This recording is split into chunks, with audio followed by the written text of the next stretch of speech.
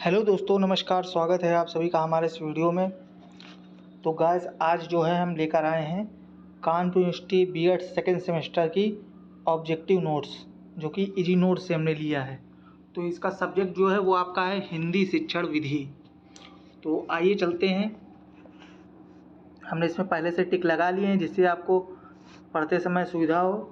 तो आइए देखते हैं। फर्स्ट चैप्टर है आपका हिंदी भाषा का उद्भव एवं विकास एवं भाषा के विविध रूप। तो आइए देखते हैं। इसका पहला क्वेश्चन है, शब्द किसे कहते हैं?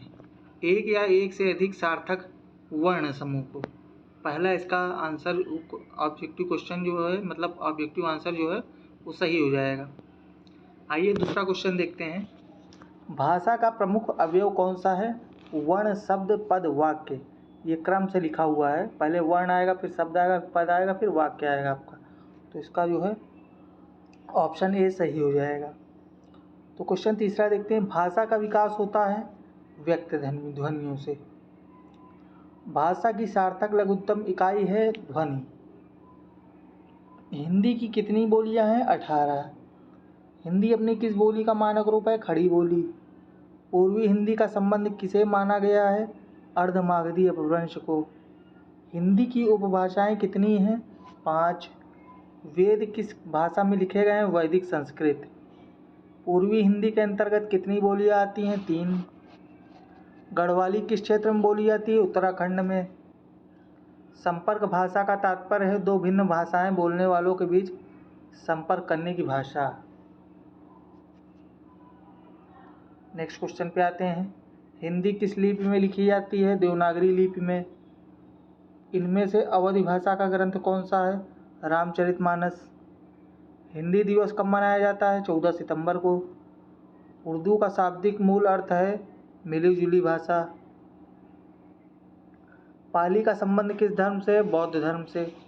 उर्दू शब्द मूलतः किस भाषा से है? तुर्की भाषा से। बिहार से लेकर शिमला तक हिमालय की तराई एवं आंचलिक भागों में बोली जाने वाली भाषाओं में है मुंडारी भाषा। हिंदी किस परिवार की भाषा है? भारोपीय। भाषा के कितने रूप माने गए हैं? 2। भारत के संदर्भ में हिंदी का कौन सा रूप प्रचलित नहीं है? विदेशी भाषा। त्रिभाषा सूत्र का मुख्य संदर्भ कहाँ है? माध्यमिक स्तर पर। निम्नलिखित में से कौन सी बात हिंदी की दरिद्रता की द्योतक है? राजनीतिज्ञों द्वारा हिंदी की उपेक्षा। निम्नलिखित में से कौन सा तत्व हिंदी में इस समय कम है? अहिंदी भाषियों द्वारा हिंदी की स्वीकार्यता। विद्यालय में कितनी भाषाओं को पढ़ाना चाहिए? मातृभाषा, राष्ट्रभाषा, विदेशी भाषा और एक प्राचीन भाषा। आइए नेक्स्ट क्वेश्चन देखते हैं। लिपि का सही ज्ञान और अभ्यास का उद्देश्य किस स्तर का है? प्रारंभिक स्तर। हिंदी किस प्रांत की भाषा नहीं है? गुजरात। जॉर्ज गियर्सन ने कितनी बोलियां मानी हैं? 8। हिंदी भाषा का विकास कब से माना जाता है? 1000 ईस्वी से। संविधान में राजभाषा किसे घोषित किया गया है? हिंदी को। आधिकारिक रूप से हिंदी को राजभाषा कब घोषित किया गया? 14 सितंबर 1949 को। व्याकरण दर्पण किसकी रचना है? शिवपूजन सहाय की। हिंदी शब्द का प्रयोग सर्वप्रथम किस भाषा में की रचना में हुआ? फारसी।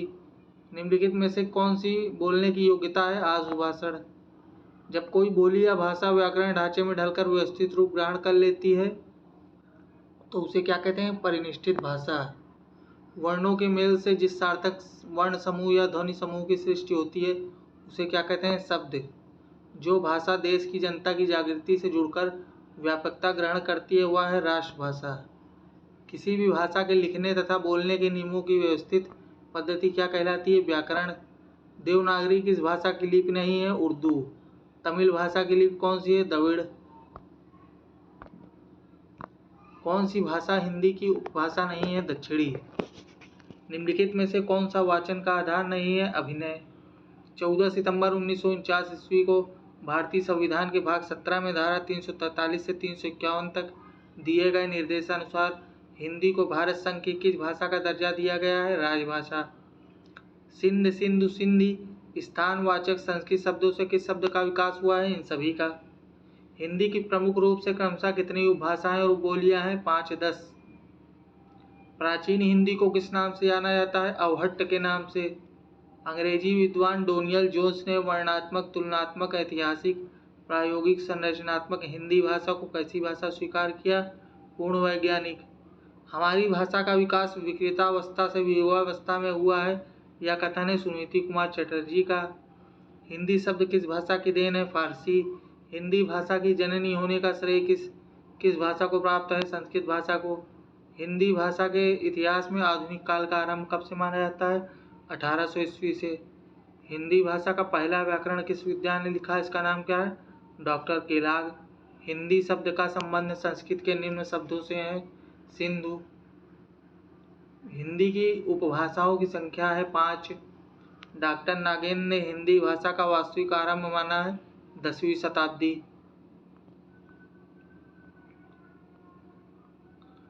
चैप्टर दूसरा है हिंदी ध्वनि विज्ञान, शब्द विज्ञान एवं वाक्य विज्ञान। ध्वन्यात्मक शब्दों के द्वारा विचारों को प्रकट करना ही भाषा है। उपरोक्त कथन किस विद्वान का है? स्वीट का। विचारात्मक की मुख्य ध्वन्यात्मक बातचीत है, पर वही जब ध्वन्यात्मक होकर होठों पर प्रकट होती है तो उसे भाषा की संज्ञा देते हैं। उपरोक्त कथन किसका है? प्लेटो का। भाषा के आधार पर ही मनुष्य शाश्वत साहित्य को जन्म देता है। इस दृष्टि से भाषा शिक्षण के कितने मुख्य उद्देश्य हैं? आपका ये सभी हो जाएगा, आंसर डी सही हो जाएगा। भाषा की शिक्षा का यह उद्देश्य है कि हम दूसरों की कही तथा लिखी हुई बातें ठीक ठाक समझ तथा पढ़ सकें और शुद्ध प्रभाव उत्पादक तथा रमणीक ढंग से लिख तथा बोल सकें। उपरोक्त विचार किस भाषाविद का है? सीताराम चतुर्वेदी। हिंदी भाषा शिक्षण सीखने में किस प्रकार की समस्याएं आती हैं? ये सभी। भाषा की ध्वनि के विकास का कालगत अध्ययन क्या कहलाता है? ऐतिहासिक ध्वनि विज्ञान। भाषा संरचना का मूल आधार है ध्वनि प्रतीक। सर्वाधिक अनुनासिक ध्वनियाँ किस बोली में पाई जाती हैं? बुंदेली। डेनियल जोन्स को हिंदी भाषा के विकासात्मक इतिहास में किए गए किस महत्वपूर्ण कार्य के लिए स्मरण किया जाता है? मानक स्वरों के आविष्कार के लिए। बिना किसी अवरोध के स्वतंत्रियों से उच्चरित स्पष्ट मूल ध्वनियाँ क्या कहलाती हैं? स्वर। हिंदी भाषा में प्रयुक्त स्वरों की सहायता से उच्चारित ध्वनियों को क्या कहते हैं? व्यंजन। स्वर ध्वनियों को कितने प्रकार हैं? ये सभी। उपभ्रंश या अवहट्ट भाषा में स्वरों की संख्या थी 8। अंग बन गए हैं ए औ। आंसर ऑप्शन बी हो जाएगा सही। हिंदी वर्णमाला में व्यंजन वर्णों के प्रत्येक वर्ग की तृतीय, चतुर्थी व पंचम व्यंजन ध्वनियों को कहते हैं संघोष। हिंदी वर्णमाला में वर्ग की प्रथम, तृतीय और पंचम ध्वनियाँ व्यंजन ध्वनियों को प्राणत्व के आधार पर कहते हैं अल्प प्राण। ध्वनि गुणों के निम्नलिखित भेद हैं। ये तीनों गुण। किस व्यंजन को अर्ध स्वर कहा जाता है? क। निम्न में संयुक्त स्वर है ए। निम्न में कौन सा व्यंजन नासिक्य है? म। विसर्ग को आप किस स्वर्ग में रखेंगे? ए व्यंजन। कौन सा व्यंजन दंत है? घ। आपका आंसर हो जाएगा। कौन सा व्यंजन महाप्राण नहीं है? ध। निम्न में दंत वर्ग का व्यंजन छाटिए, द हो जाएगा। कौन सा व्यंजन अल्प प्राण है? च। आपका आंसर हो जाएगा। आइए चैप्टर तीसरा देखते हैं। प्राथमिक एवं माध्यमिक स्तर पर हिंदी भाषा शिक्षण के उद्देश्य। हिंदी भाषा शिक्षण में उपयोग की दृष्टि से कितने पक्ष हैं? ए तथा बी दोनों। भाषा पक्ष के दो पक्ष कौन कौन से हैं? ज्ञान पक्ष, व्यवहार व कौशल या व्यवहार पक्ष। ए व बी दोनों। ऑप्शन सी सही हो जाएगा इसमें। भाषा के तत्व संरचना में होते हैं ये सभी। हिंदी भाषा शिक्षण के मुख्य उद्देश्य है ए एवं बी दोनों। ऑप्शन सी सही हो जाएगा। हिंदी साहित्य के मुख्य उद्देश्य हैं ये सभी। बी.एस. ब्लूम के अनुसार शिक्षा तथा शिक्षण के उद्देश्यों को कितने पक्ष में स्वीकार किए गए हैं? 3। ज्ञान, बोध, प्रयोग, विश्लेषण, संश्लेषण एवं मूल्यांकन इन शिक्षण के उद्देश्यों को किस पक्ष में रखा जाता है? ज्ञानात्मक पक्ष। रॉबर्ट मेगन ने अभिक्रमित अनुदेशन के लिए ज्ञानात्मक उद्देश्यों को व्यवहारिक रूप में लिखने की विधि का विकास कब किया? 1962। अभिक्रमित अनुदेशन के लिए ज्ञानात्मक उद्देश्यों को व्यवहारिक रूप में लिखने की विधि का विकास निम्न में से किसने किया? रॉबर्ट मेगन ने। हिंदी भाषा शिक्षण साहित्य में व्यवहारवादी मनोवैज्ञानिक है ए और बी दोनों। ऑप्शन डी सही हो जाएगा। आइए नेक्स्ट क्वेश्चन देखते हैं। जिस वार्तालाप या लेख के माध्यम से हमें अपने विचारों को प्रकट करते हैं वही भाषा है। भाषा के कितने रूप होते हैं? ऑप्शन सी सही हो जाएगा इसका। पाठ्यवस्तु तथा उद्देश्य के आधार पर व्यवहारिक उद्देश्यों के कितने प्रमुख तत्व होते हैं? इसका भी आपका ऑप्शन डी सही हो जाएगा, उपरोक्त सभी। आइए नेक्स्ट चैप्टर देखते हैं। चैप्टर 4 है आपका हिंदी में कक्षा शिक्षण के सामान्य सिद्धांत, सूत्र एवं भाषा शिक्षण के सिद्धांत। आधुनिक मनोविज्ञान शिक्षण में किन प्रवृत्तियों पर विशेष बल दिया जाता है? ये सभी। शिक्षण सूत्र निम्न में से किन पर आधारित होते हैं? बाल प्रकृति पर। शिक्षण सूत्र पथ प्रदर्शन करते हैं जिसमें सिद्धांत से व्यवहार में सहायता के लिए अपेक्षा की जाती है। उपरोक्त कथन है रेमंड का। सूत्र एक आम सच्चाई है जो विज्ञान एवं अनुभव से ली जाती है। ये सूत्र अध्यापक को सुचारू रूप से शिक्षण में मदद करते हैं। विशेष रूप से प्रारंभिक कक्षाओं में पठन पाठन की क्रिया आसान हो जाती है क्योंकि ये सभी सूत्र छात्र को ध्यान में रखकर बनाए गए हैं। उपरोक्त कथन कहाँ से लिया गया है? ऑक्सफोर्ड डिक्शनरी से लिया गया है।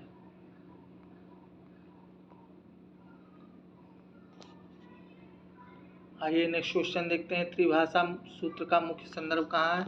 माध्यमिक स्तर पर। त्रिभाषा सूत्र किस आयोग के द्वारा किए गए हैं? कोठारी कमीशन।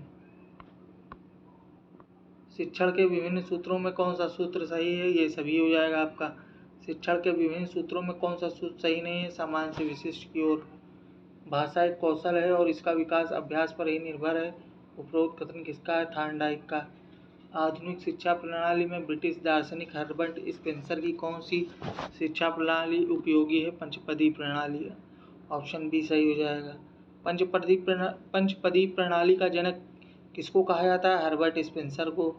मातृभाषा शिक्षण में किन सामान्य सिद्धांतों को ध्यान में रखा जाना आवश्यक है? ऑप्शन डी हो जाएगा ये सभी। क्रियाशीलता के सिद्धांत को किन शिक्षा शास्त्रियों ने महत्व प्रदान किया है? ये सभी। अध्यापकों को गद्य शिक्षण के समय किन बिंदुओं पर ज्ञान देना आवश्यक है? व्याकरण एवं व्यवहारिक ज्ञान पर। पद शिक्षण के समय अध्यापकों द्वारा बच्चों को किन पक्षों का ज्ञान देना आवश्यक है? ये सभी इसका आंसर हो जाएगा। भाषा शिक्षण के दो अंग कौन कौन से हैं? ए और बी दोनों। ऑप्शन सी हो जाएगा। किसी भी विषय के शिक्षण में किन सूत्रों का विशेष महत्व होता है? इसका आपका ऑप्शन डी हो जाएगा। राजभाषा आयोग का गठन कब किया गया? वर्ष 1955 में।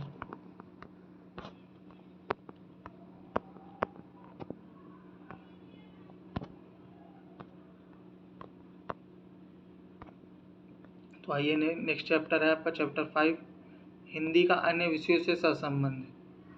क्वेश्चन पहला है आपका हिंदी एवं संस्कृत भाषा से हिंदी के अनेक रूपों का विकास हुआ है। इनके रूप निम्न में से कौन कौन से हैं?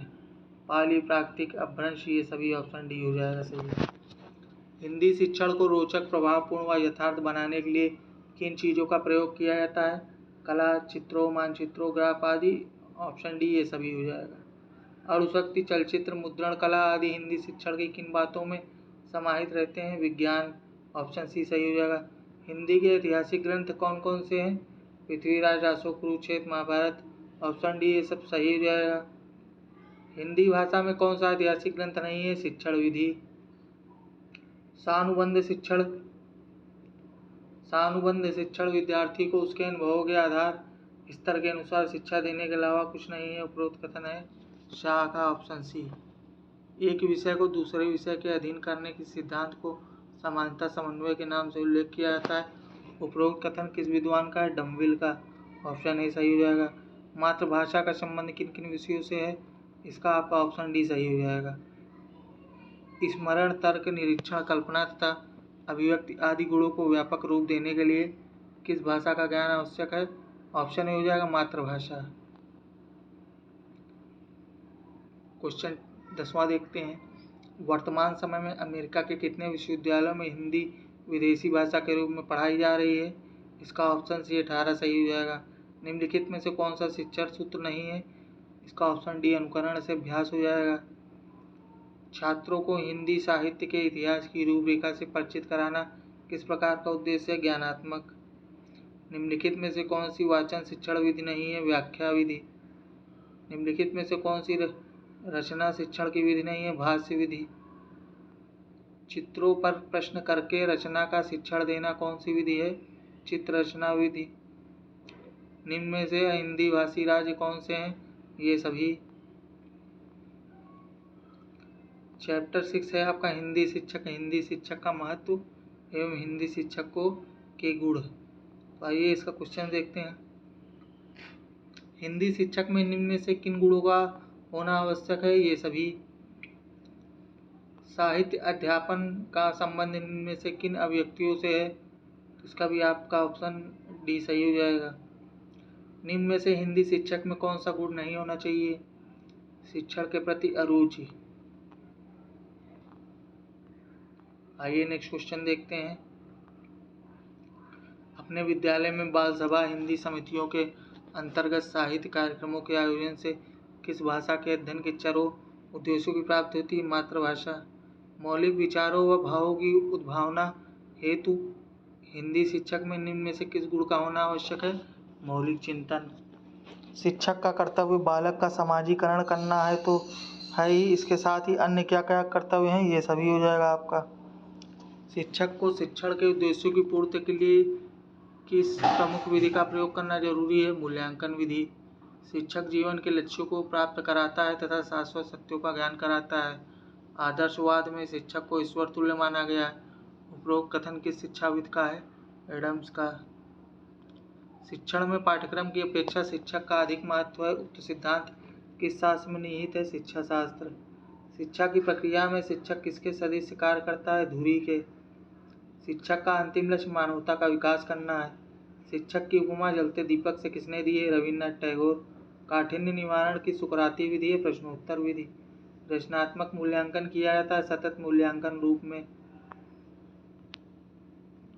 मूल्यांकन प्रक्रिया को त्रिकोणात्मक रूप से किसके द्वारा प्रदर्शित किया गया? ब्लूम के द्वारा। आपका नेक्स्ट चैप्टर 7 है हिंदी शिक्षण की विधियाँ, प्राविधियाँ एवं शिक्षण युक्तियाँ। निम्नलिखित में कौन सी वाचन शिक्षण की विधि नहीं है? व्याख्या विधि। निम्नलिखित में से कौन सा वाचन शिक्षण का आधार नहीं है? अभिनय। निम्नलिखित में से कौन सी विधि रचना शिक्षण की विधि नहीं है? भाष्य विधि। डाल्टन योजना का प्रथम प्रयोग किसने किया? कुमारी बेलन पारबस्ट ने। कार्स्टन वॉशबर्न ने किस पद्धति का सूत्रपात किया? विनेटका योजना। श्रम क्रम भ्रम जैसे शब्दों को सीखने के लिए वाचन की कौन सी विधि अपनाई जानी चाहिए? अक्षर बोध। जिस विधि में छात्र व अध्यापक विचारों का आदान प्रदान करते हैं वह विधि कहलाती है विचार विमर्श विधि। भाषा सर्वोत्तम साधन है विचारों तथा भावों के। इसका आपका ऑप्शन डी सही हो जाएगा इन सभी का। पहली कक्षा में मातृभाषा शिक्षण किससे प्रारंभ करवाना चाहिए? अक्षर ज्ञान से। नेक्स्ट क्वेश्चन है आपका लिपि का सही ज्ञान एवं अभ्यास का उद्देश्य किस स्तर का है? प्रारंभिक स्तर। किस विधि से छात्रों की सृजनात्मक योग्यता का विकास होता है? आगमन तथा निगमन विधि। स्थूल से सूक्ष्म की ओर शिक्षण सूत्र का प्रयोग किस विधि में किया जाता है? सहसंबंध विधि में। नियम उदाहरण की विधि को कहते हैं निगमन विधि। इस आइए को नेक्स्ट चैप्टर आपका देखते हैं। चैप्टर 8 है हिंदी गद्य शिक्षण, पद्य शिक्षण, नाटक शिक्षण, कहानी शिक्षण के उद्देश्य एवं उनकी विधियाँ। पहला क्वेश्चन है आपका हिंदी में अभी किन ग्रंथों की कुछ कमी है? कोश और व्याकरण। निम्नलिखित में से कौन सी विधि रचना शिक्षण की विधि नहीं है? रूपरेखा विधि हो जाएगा। चित्रों पर प्रश्न करके रचना का शिक्षण देना कौन सी विधि कहलाती है? चित्र रचना विधि। गद्य शैली में प्रौढ़ता तथा भाषा परिष्कार का काम सबसे पहले किसने किया? पंडित महावीर प्रसाद द्विवेदी ने। किसके निबंध समाज शैली के हैं? आचार्य रामचंद्र शुक्ल। गद्य शिक्षण में सर्वाधिक महत्व किसका है? मौन पठन का। गद्य खंड के शिक्षण में आप वसुंधरा शब्द को कैसे समझाएंगे? पर्याय कथन द्वारा। कहानी और उपन्यास में किस कारण समानता है? बाह्य दृष्टि। निम्नलिखित में से कौन सा कहानी का वर्ग नहीं है? रसवादी। निम्नलिखित में से कौन सा उपन्यास का तत्व नहीं है? सौंदर्यानुभूति। उपन्यास शिक्षण में किसका महत्व है? स्वाध्याय का।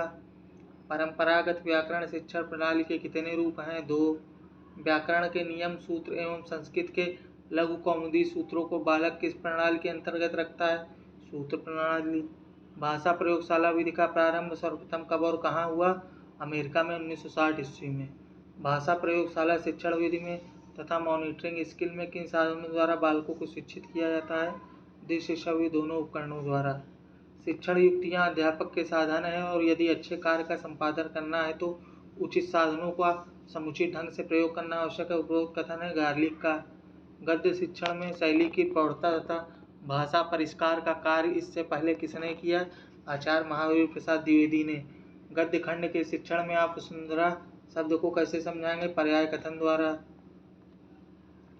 आइए आपका जो है नेक्स्ट क्वेश्चन है, गद्य शिक्षण में सर्वाधिक महत्व किसका है? रसानुभूति का।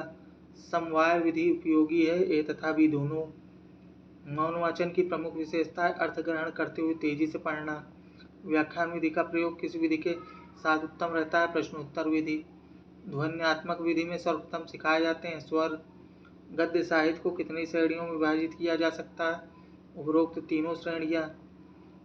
तद्-200 शब्दार्थों सगुणा कलंकृति पुनः क्वापि। उपरोक्त सूक्ति संस्कृत के किस आचार्य की है? आचार्य मम्मट।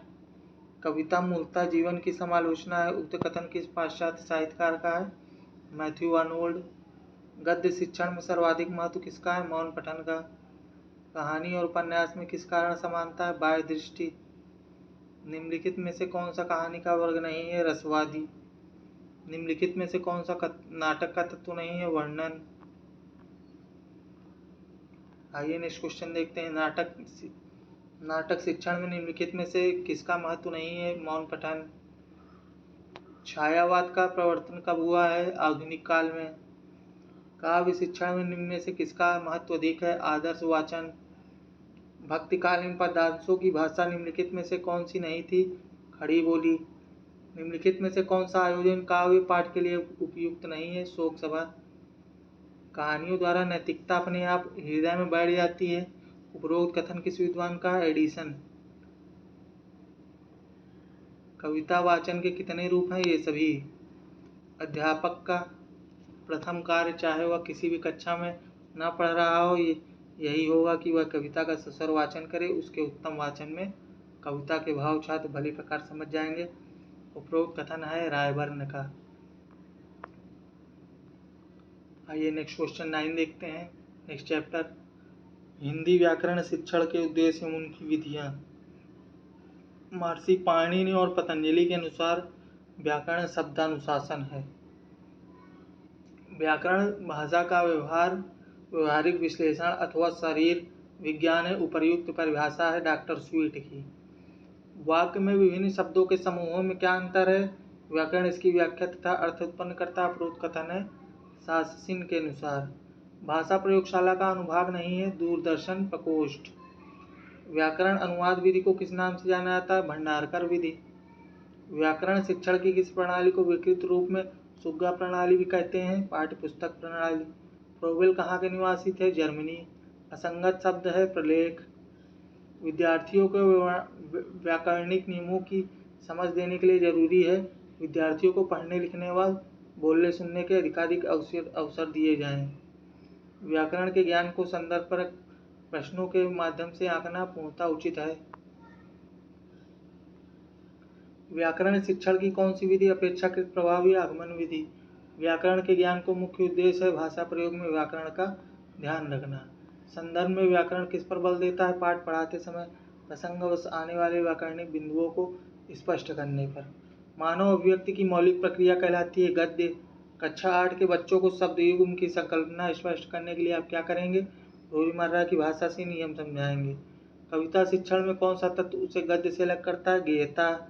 जीवन केंद्रित शिक्षा सिद्धांत के प्रतिपादक हैं फ्रोबेल। निगमन विधि का प्रयोग किस स्तर के लिए उपयोगी है? उच्चतर। आइए नेक्स्ट चैप्टर 10 देखते हैं। हिंदी में पाठ नियोजन। इकाई पाठ योजना के प्रवर्तक हैं मॉरिसन। हर्बर्ट की पंचपदी पाठ योजना उपागम में कितने सोपान या पद हैं? 5।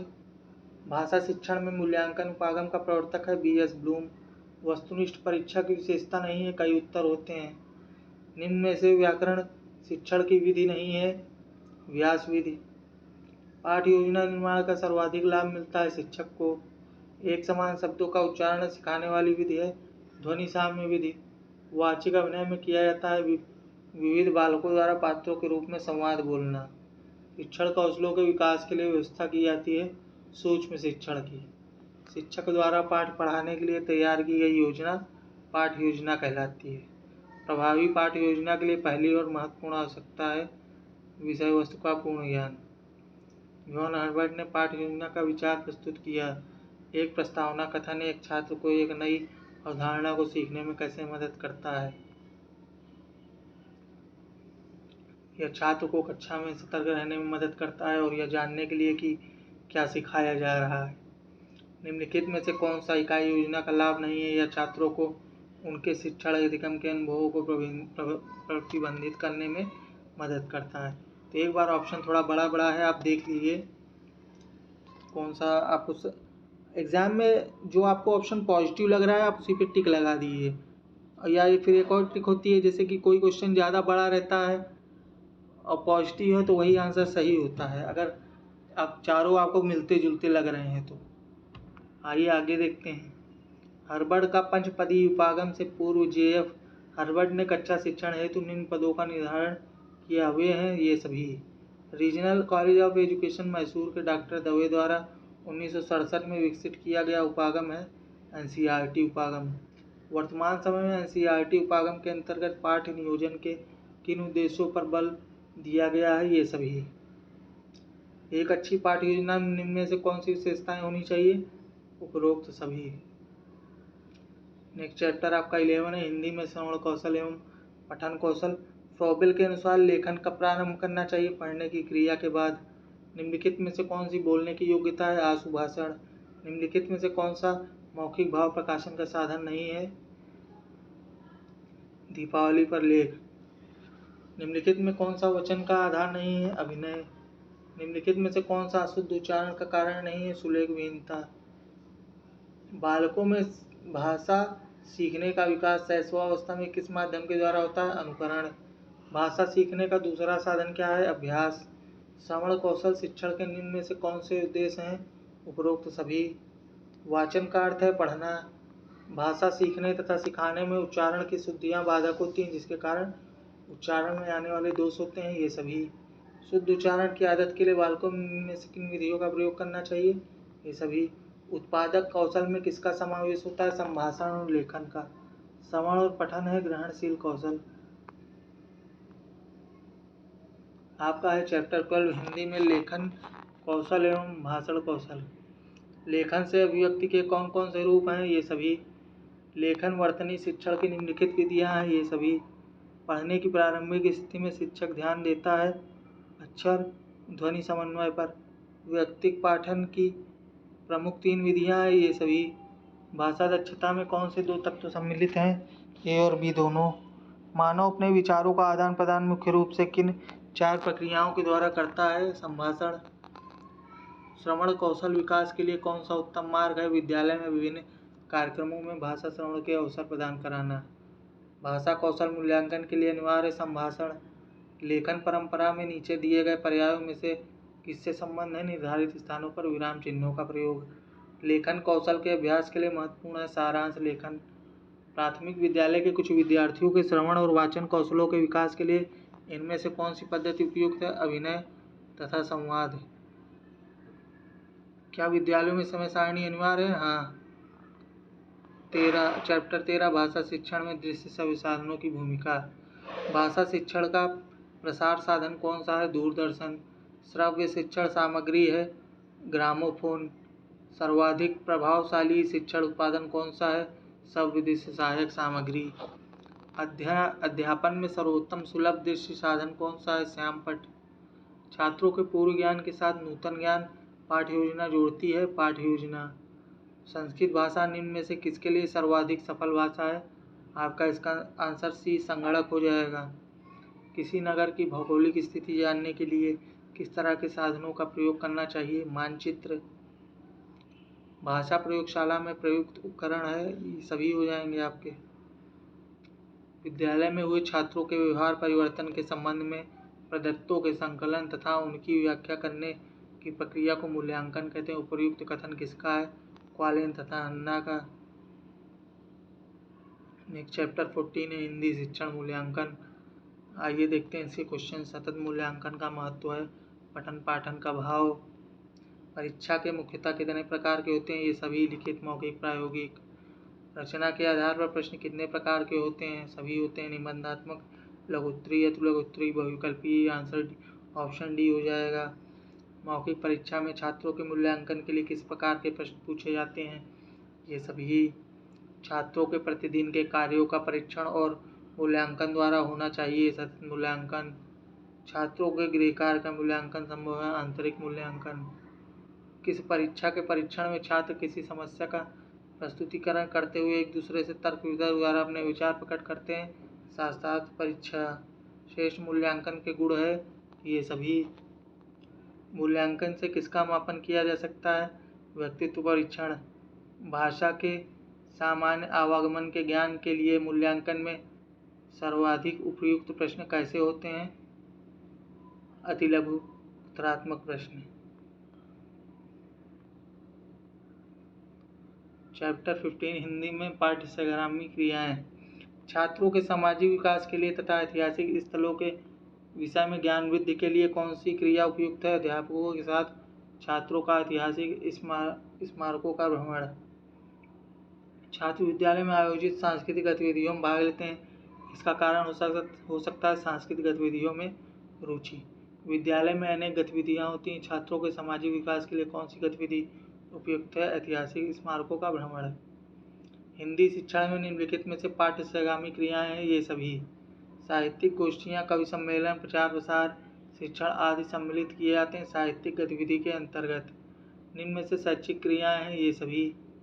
हिंदी भाषा शिक्षण में पाठ्यसंगामी क्रियाओं की उपयोगिता निम्न में से है। इनमें भाग लेने से विद्यार्थी अवकाश के क्षणों का सदुपयोग करना सीख जाते हैं। ऑप्शन डी सही हो जाएगा आपका। क्वेश्चन 8 है, संगामी क्रियाओं द्वारा विद्यार्थियों की निम्नलिखित आवश्यकताओं की पूर्ति होती है। इसके ऑप्शन देखते हैं। अवकाश के समय का सदुपयोग या ये सभी। कुछ छात्र विद्यालयीन सामाजिक गतिविधि में हमेशा अधिकाधिक स्वयं का योगदान देते हैं। इसका क्या कारण हो सकता है? विद्यालय और समाज की उन्नति के लिए।